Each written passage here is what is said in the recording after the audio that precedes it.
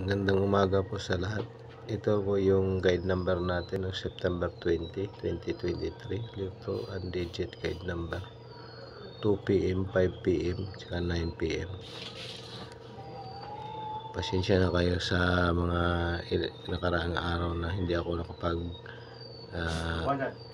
gawa ng guide number natin dahil busy pa ako sa trabaho. Ngayon lang ako nagkaroon ng pagkakataon.